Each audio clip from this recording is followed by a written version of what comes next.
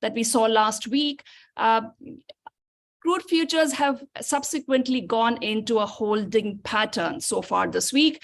As we speak, Brent is trading around 84.36 per barrel, definitely below the highs that we saw in the days after the announcement of the surprise OPEC Plus cuts. Meanwhile, we've had a flurry of macroeconomic and oil data from China, of course, including the Q1 GDP data that came out yesterday. We've had March crude imports, crude throughput in China, product export figures this week. Most of the numbers have been encouraging, showing strong year-on-year growth, though, of course, there is a base effect that has to be borne in mind there as well. On balance, the Chinese data hasn't really nudged the oil market out of the wait and watch mode as far as the country is concerned.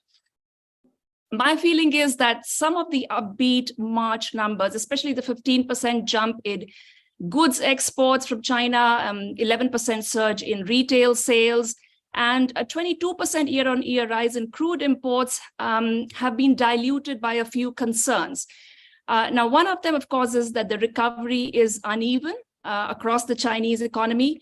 And the other is the question as to how much of the March bump is due to revenge spending, or let's say the fulfillment of a previous backlog of orders by manufacturers, and will that bump flatten in the coming months? So all in, the oil complex remains fixated on the economic outlook and tracking the mood in the broader financial markets. So what comes next? To dive deeper into the markets, I'm very pleased to welcome my guests today.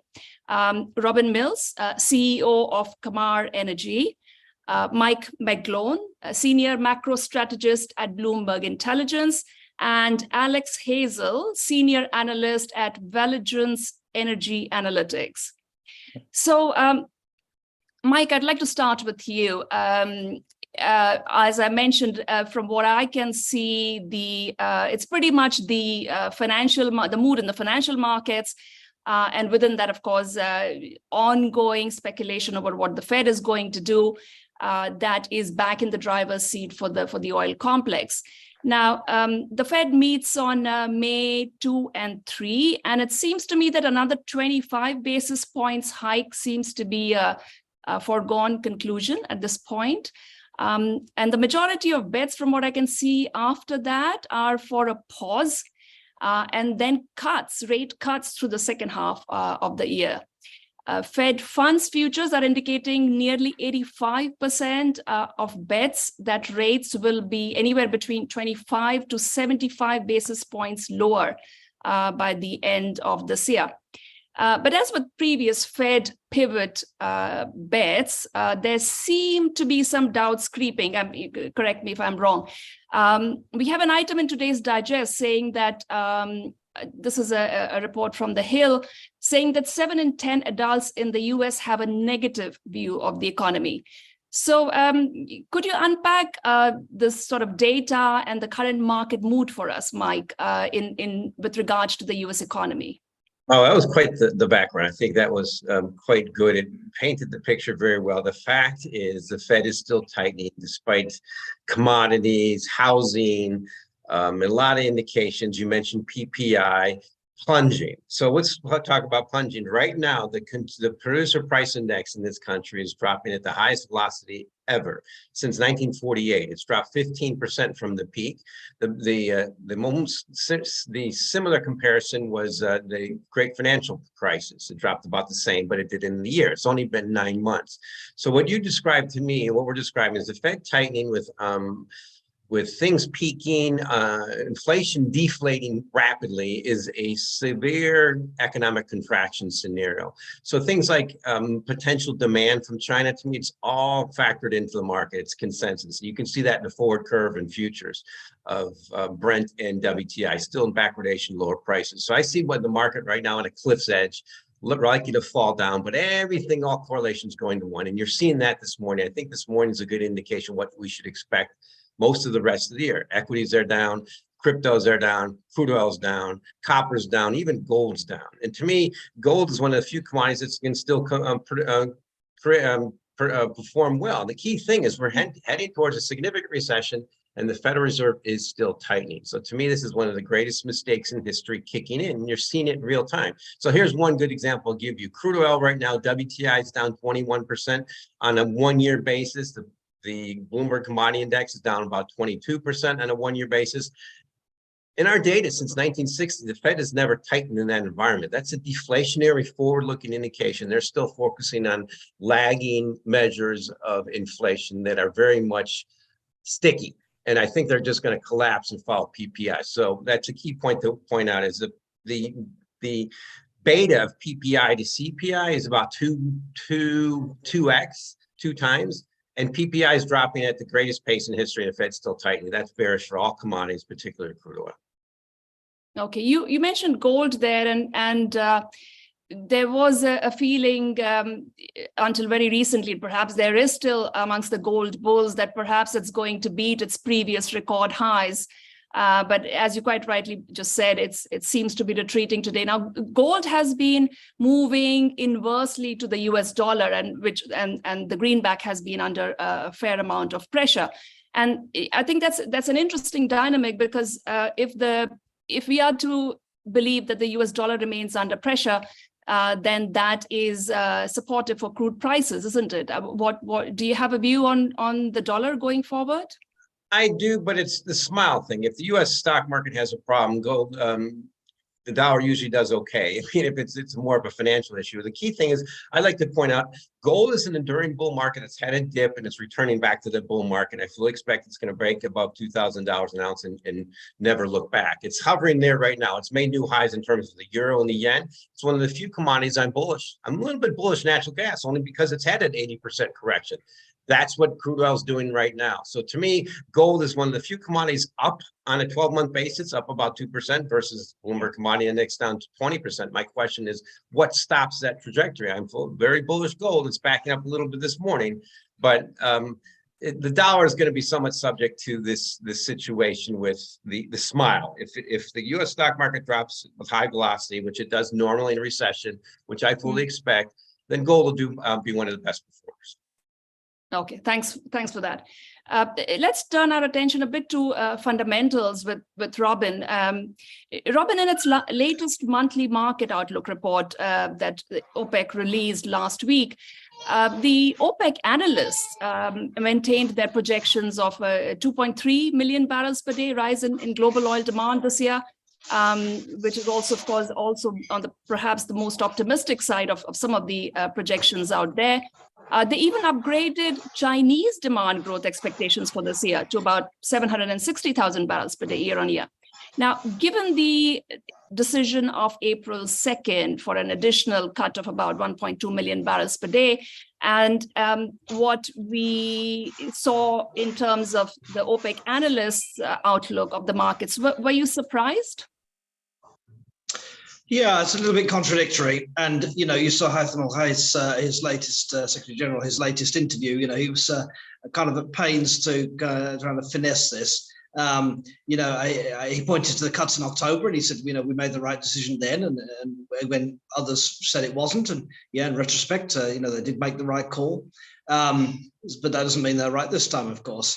And, it's interesting, of course, that they as you say, they maintained their forecasts for growth and quite bullish forecasts, and even upgraded China, as you note.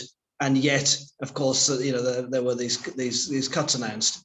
Haytham Al-Hayes was also pointed out, well, these were not OPEC cuts; these were voluntary cuts. But they were made by virtually every OPEC member, and the key ones very much, Saudi Arabia and the others very much encouraged and led these cuts. So it's perhaps a distinction without a difference. But there is something of a divergence there. OPEC said we're very cautious on the global outlook for demand and the economic outlook, and that's why we've made cuts. And yet we've maintained our overall demand forecasts. Yeah, somewhat surprisingly, I guess they weren't really pointing to any doubts over China as much as they said the U.S. summer driving demand season may not be as strong as it typically is. So I personally I found that a bit interesting. Now, I think this, I know this is a slightly tough question, Robin, but who better than you to answer it? Given that, as you just mentioned, these are voluntary cuts, and of course, on paper, everything is voluntary, right? About OPEC plus, the country is participating to agreeing to all the production adjustments. Everything is voluntary, but this one was more voluntary than previous voluntary moves. My question is, do you think, given that we haven't even seen, for instance, OPEC publish any revised quotas for the countries, let alone a revised ceiling for the whole group, do you see good compliance with the latest pledges? Yeah, I mean, the reason for the voluntary cuts is obviously that they don't, obviously OPEC works on consensus, and these voluntary cuts therefore don't require absolute consensus, and also probably more importantly, reversing them doesn't require consensus. So that's when the demand outlook improves, then that they can bring back that production without needing maybe any holdout country to agree. However, I think the tension within OPEC is kind of more going the other way. If and when they're required to increase production, let's say the more bullish forecasts come about, and we'll definitely see a deficit later in the year, and they have to look at increasing production. Can they do so? Because only a few countries are in a position to do that, as we know. In terms of compliance, I think we'll see strong compliance, and that's really because the key countries, Saudi Arabia, UAE, and so on, were very much behind it, and will as usual, will fully comply. Iraq, which was maybe the doubtful one, has this issue with the pipeline through Turkey being cut, so it's kind of suffering a forced cut of 450,000 barrels per day. It's supposed to cut to 211, so it's well within. Even if they up exports from the south, they're still well within the range of compliance. The tricky one obviously is Russia, which had already announced its own kind of voluntary cut, voluntary or involuntary, but doesn't actually seem to be complying with that yet. Yeah, quite. I'm with you on that. I will come back to you, Robin, on what's happening with the northern Iraq crude exports. But just staying on the theme of fundamentals, welcome to the show, Alex. And I'd like to talk to you a little bit about what's happening in the North Sea. It's one of the few major remaining oil provinces globally that is bucking the general trend of falling investments and declining production. We've seen investments coming into the region, we've seen production going, and some projections of continued growth. Of course, producers have reaped good profits last year, but it doesn't look like the companies are having it easy. So there are reports that banks are withdrawing financing support as the windfall tax that was introduced last year looks like it may not be phased out before March 2028. I think that's quite a long time for the windfall tax to be kept in place. We have an item on that in today's digest. So Alex, from your perch, what is your take on the prospects for the region in terms of continuing to grow continuing to invite investment, attract investment, and grow its production capacity?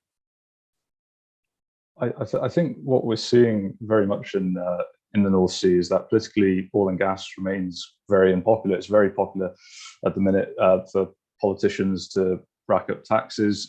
As you mentioned, the EPL, Energy Profits Levy in the UK, has certainly acted to dampen demand. And in fact, I think Harbour Energy, one of the largest producers in the UK sector, which built its whole business, almost all its business in the UK sector, is now looking for alternative markets and is looking to invest, and has blasted it because it removed elements of investment allowance. One of the big challenges in the UK is finding new projects into which to invest, but the UK is not entirely alone in that. Netherlands, for example, increased its royalty rate quite dramatically for the next couple of years, which is going to take a lot of the additional profit out of the Dutch producers, and they're struggling to grow production in amongst the carbon taxes. In the North Sea generally, there's a lot more of a push towards green energy now. However, what we are starting to see to an extent is some green shoots of recovery. As you say, companies have strong balance sheets. Norwegian production is staying relatively static around 4 million barrels a day, as it has for the last 20 years. And it looks like it's going to continue that for the next several years. And we are starting to see some governments take a bit of a step back, maybe from some of their stronger worded messages that they had. Denmark is banning all oil and gas production past 2050, for example. And they've said, we're not really going to do any more license rounds. And this year they've done a mini license round, and they've now licensed a new gas condensate discovery, Elly Luke, for their main E&P there, Blue Nord, or their main Danish producer. Small companies such as Beacon Energy and MCF Energy are going into unfamiliar markets. They're entered into Germany and Austria, not exactly known for being oil and gas provinces in themselves. So in terms of the wider European market, there is politically a lot of pressure, I think, to almost punish oil and gas and to reduce investment and to move on into these green energy spaces. However, there are elements of saying there is some practicalities coming in maybe the short, medium term to get as much out as they can, which did not exist prior to the price crunch last year. Yeah, I was reading how the Johan Sverdrup crude grade, which some of it, which used to come quite regularly all the way into Korea and other parts of Asia, is now actually all flowing into Europe. And after last year's crisis, I think Europe needs nothing more than provinces like the North Sea actually continue to grow oil and gas production. But this is a dilemma, isn't it? As you say, the pressure on the companies and from the governments, from stakeholders, and certainly not to forget environmentalists, is actually to go in the opposite direction. Mike, we touched a little bit about on core CPI versus headline inflation a while ago. Look, when I look at, as I understand it, the Fed looks at core inflation to make its decisions, and the core, the PCE, the personal consumption expenditure, which I'm told is the Fed's preferred gauge, has actually been quite stubborn. We have yet to see the March number, but certainly as of February. Now, the way I interpreted it, there appears to be a game of chickens. Money managers betting that the Fed will abandon its 2% inflation target in the interest of engineering a soft landing for the US economy. But, again, as we have seen in the past several months, the market seems to have this conviction. And then either the Fed officials will make some hawkish comments, or we'll get, some upheavals like we did last month with the banking crisis. And then the retreat, and we see risk appetite disappearing from the market, and of course that affects crude as well. What is your take on this sort of ongoing tussle? Does it get resolved at any point? Oh, it'll get resolved. You're discussing the nuances of markets, which can make you lose your hair, and you have very nice hair. I've lost my hair trying to figure it out. I see what's happening is employment cost index, personal consumption expenditures, all running around 5%, very sticky, but they're all rolling over. And the key, like the beta, the thing that runs them fastest, and from a commodity standpoint, are all indicating they're going to be plunging. And so let's look at right now. I like to go focus on PPI because I'm a commodity guy. The PPI finished goods is running 3.2%. It peaked around 19%. And Fed funds are 5%. Fed funds are still heading higher, well above PPI. PPI is going down at the fastest pace in history. So I only go back to 1948. That's a train wreck for an economic contraction, just about kicking in. The Fed fund futures you mentioned, they're priced for one more tightening and ease later near. They're priced for that future, but it's the hopium that it will be a soft landing. It's going to be a pretty severe recession. That's just a reciprocal expectation from what we've done in the markets. We had the biggest pump in liquidity in history that's dumping. So the key thing is going to be what happens with the stock market. I see all markets, with the exception of gold and long bonds, on cliff's edge. And to me, that's just part of the nuance. But what we see here is the classic case for creating a severe recession. That is hiking when inflation's plunging. It's just some of the measures the Fed look at are very sticky, and they're very much lagging. They're measures, but markets like commodities are showing severe deflation. Just look at the forward curve in Brent and WTI. It's much lower. Why? Because it expects prices to be lower, supply to come back. And do you expect this deflation to remain on track, even if oil prices are, remain, let's say, remain at current levels or go higher? Because I think we can't lose sight of the fact that March inflation numbers may have come out more benign because March crude prices were much lower than Jan and Feb. So the price of crude oil you see on the screen right now was first traded in 2007. Price you see on natural gas first traded in 1990. Those are significant deflating markets. They're not keeping up with GDP, money supply, or anything. And if we expect those to go higher, because the little nuances about supply and demand, I say good luck with that. The macro is very bearish. And I fully expect crude oil to continue dropping from last year's peak, which was below the peak from 2008. So yes, what you need is a pretty significant jump in prices like crude oil for inflation not to continue lower. And I fully expect the current trajectory, which is lower crude oil prices, lower natural gas, lower all commodities, with the exception of gold, to continue, particularly with the Federal Reserve tightening.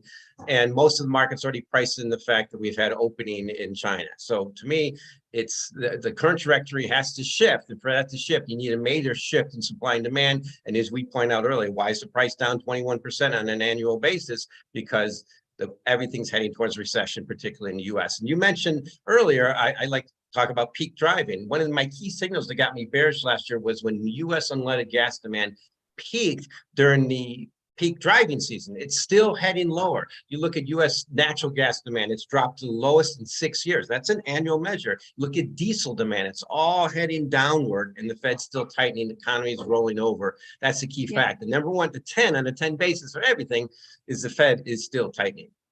Right. I hear you loud and clear, Mike. So a continuing deflationary cycle, that's definitely going to sound good for our listeners in the major consuming countries, especially in this part of the world where I am.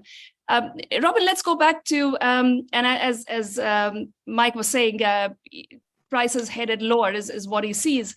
And one of the major outages over the past few weeks that did not bump up prices was, of course, the nearly 500,000 barrels per day of northern Iraqi crude exports from Ceyhan that still remain suspended. Now, what we've seen over the past, of course, there have been developments on this. It's not a complete impasse. So what we have seen is Baghdad and Erbil, the Kurdish regional government, strike an agreement, which looks like they're going to quite dramatically rearrange the pricing and marketing of Kirkuk crude, and how the loans are paid back by KRG to the oil companies. But now it seems that Turkey wants to renegotiate with Baghdad the compensation it has been ordered to pay.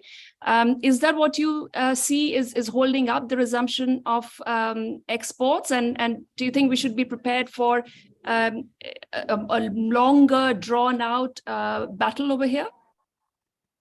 Yeah, so absolutely. Turkey's taken advantage of this, that they shut down the pipeline because they didn't want to incur further liability.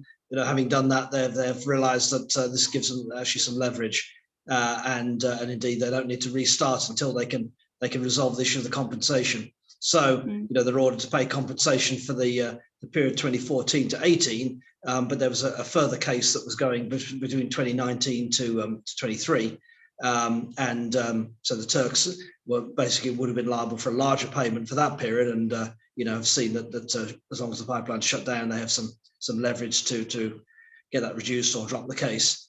I see this as being more drawn out, and the Iraqis have got themselves in a bad situation here. They thought they'd won the case. Actually, they didn't win that much money. They didn't win nearly as much as they wanted, and now they're seeing that Turkey is playing its game with leverage. And there was a Turkish deal on the table before this to settle this out of court, but the Iraqis couldn't come up with a united position.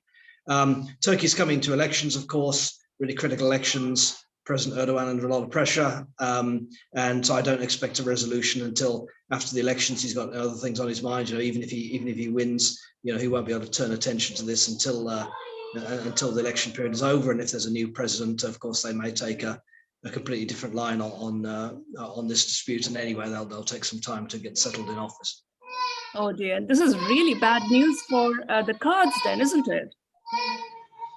Well, it is, and this is kind of a complex situation because, the temporary deal that was reached provides for the oil marketing out of Ceyhan, as you say, for Baghdad to take that over, but giving the advantage then that they actually realise a higher price, and they would pay a part of the Kurdish budget. So, will they be prepared to pay the Kurdish budget when exports have been cut off? And there isn't any kind of revenues there to pay the budget from. It would have to come out of southern revenues. Yeah. Thanks for that, Robin. Alex, something else that could have potentially impacted supply, but hasn't, I think, mercifully, is these rolling strikes by oil and gas services companies in the North Sea. But given that a lot of these are also affecting, I presume, are affecting maintenance, just routine maintenance at oil and gas fields of the North Sea. And I was wondering, maybe, in the short term, the oil market is not paying attention to this because supply has not been affected. But it's not so long back that we can, remember lots of infrastructure, North Sea infrastructure related accidents, which would result in, unforeseen major outages in oil and gas supply from the region. Do you see the current strife in the workers, the unions, resulting in any sort of should we have any longer term concerns over this and in what's happening in that sector? We've seen some strikes, and I guess being based in London, we've seen a number of strikes outside of oil workers as well. But practically speaking, I don't think there's going to be too much impact on supply. As what's happening, we're not really seeing it so much in the UK. UK is kind of declining a bit in terms of its production anyway. I think there's more focus maybe on jobs there. Norway tends to handle it on a wider basis, on a sector-wide basis, and from what we've seen, there's minor outages, but generally speaking, supplies ended up being one of the things that they focus on keeping running. And so I wouldn't expect too much of a decline. I think a lot of the outages that may have happened in the past, the North Seas tended to try and push into being, I guess, the gold standard for safety and in new processes. Norway in particular has very strict rules and processes that they put in place. I don't think, I can't see supply outages really occurring in any significant quantity from the North Sea, to be honest. Okay, well, that's definitely a source of relief as well. Shall we have we have about 2 minutes left. Let's have the survey question. Today's survey question relates to some of the comments I made earlier about China. And here it is.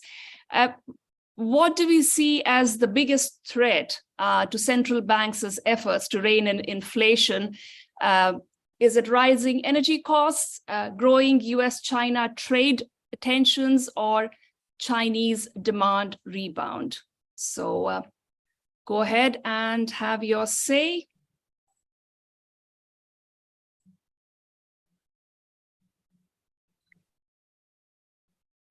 Okay, so I'll just come back to Mike for short answers.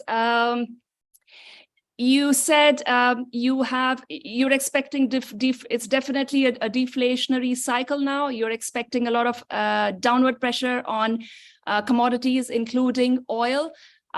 What is your projection for where we end this year in terms of oil prices? So I don't we're not really allowed to put projections on price, but I think WTI is going to reach towards $40 a barrel, which is about the average U.S. cost of production. I think it's going to follow U.S. natural gas, which has dropped to its average cost around $2. It's bounced from that level, as it should. And I think all commodities are doing it. I think corn's going to do the same.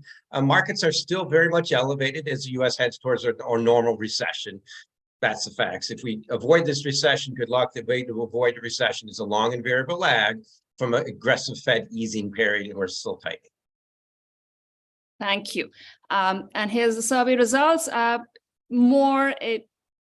It's quite split, but rising energy costs are seen as the main danger to efforts by central banks to rein in inflation. Robin, again, just a short one. I was looking at a Bloomberg analyst saying that they expect the Saudis to defend an $80 per barrel price floor. Do you agree? Look, these price floors are very elastic. And, you know, when prices stick at 90 for a while, then people get the idea that 90 is a nice floor. And the same with 100. So, you know, if prices dip below 80, yeah, they'll do further cuts. If we get in a real recessionary scenario, then the 80 floor is not defensible. And you know, they'll find some lower floor to try to defend. However, you know, I think recession is a big question. But if we avoid a recession or a shallow recession, I think the fundamentals definitely point towards a tighter market at the end, towards the end of this year, and you know, some of those OPEC cuts will have to be reversed. Okay, thank you, Alex. Is there anything that, from your perspective, again, the world is missing in terms of major risks? And, you know, let's look at a slightly longer time horizon here, not the typical 1 year or few months that we tend to talk about in quite often very short-term outlook, but in terms of, and you did allude to that in terms of declining investment, but what is it that concerns you the most, shall we say, when you look at the general upstream sector in your part of the world? Frankly, it's a lack of investment and concentration into certain players to deliver more and more of the crude market. Looking at what's going on in Europe, carbon taxes, large push towards green energy. It's going to lead to a lot of demand shifting over to renewables, moving away from oil and gas into probably. There's a lot of bets going on with hydrogen at the minute, offshore wind in particular. So I guess one of the big risks that we're tending to see is if companies don't invest in the North Sea, there's going to be this period in the energy transition where oil and gas companies aren't getting funded for big new provinces potentially to continue expanding. We've seen exploration, big success in Namibia last year with Venus, multi-billion barrels. Are we going to continue to see those new Guyana historically? Are we going to continue to see new provinces being found and giving a security supply by a series of diverse sources? Or are we going to see projects get cancelled, production get dropped, and then the market becomes heavily reliant on an OPEC plus environment, into which case, from a supply point of view, if you have very concentrated market players, they can start dictating pricing a lot more effectively. And so is that good for consuming nations such as those in Europe or indeed in Asia Pac? Yeah, absolutely. And even within OPEC Plus, and I'm sure as Robin would attest, there's not a whole lot of investment happening in growing upstream capacity. So thank you very much for those comments. I couldn't agree with you more, Alex. And on that very sobering note, please join me in thanking Robin Mills, Mike McGlone, and Alex Hazel. And thank you very much for all those who tuned in for this webinar. Bye-bye.